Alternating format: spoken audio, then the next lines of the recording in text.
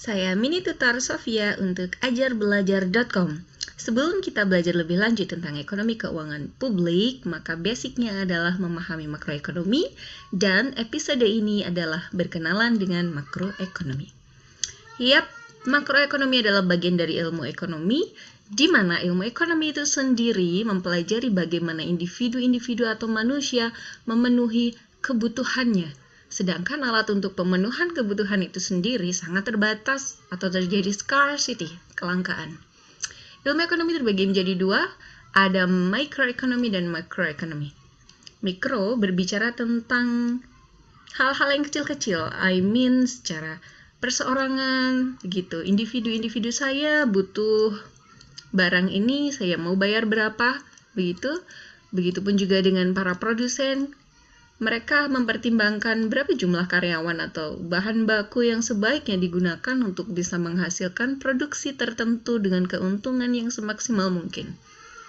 Kemudian, ketika para pelaku ekonomi ini secara kolektif atau agregat mereka saling berinteraksi, ada aliran uang, aliran barang, ada campur tangan pemerintah juga di situ, maka inilah kumpulan ini yang kita pelajari di dalam makroekonomi.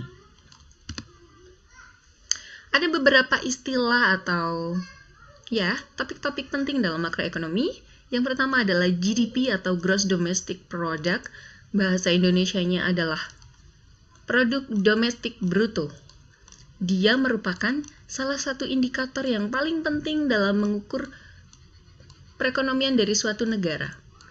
Ketika GDP-nya besar, maka negara itu dianggap sebagai negara yang cukup bisa menggerakkan aktivitas perekonomian di negaranya. Oke, nanti kita pelajari lagi. Kemudian ada istilah inflasi.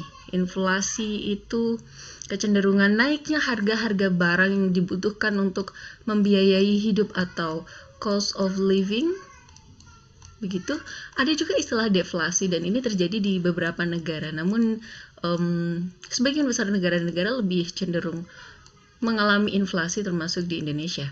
Kemudian, sebagaimana saya jelaskan tadi, dari berbagai individu-individu itu, sekian banyak orang. Di Indonesia sendiri ada 250-an juta orang kan. Ketika itu semua dikumpulkan, baik itu individu-individu, produsen-produsen, pemerintah, maupun para pihak-pihak yang terkait di antara keduanya, secara kolektif itu mereka memiliki permintaan atas barang dan jasa secara agregat yang disebut dengan aggregate demand dan aggregate supply. Nah, kemudian di dalam makroekonomi ada dua jenis kebijakan yang bisa diambil oleh otoritas terkait.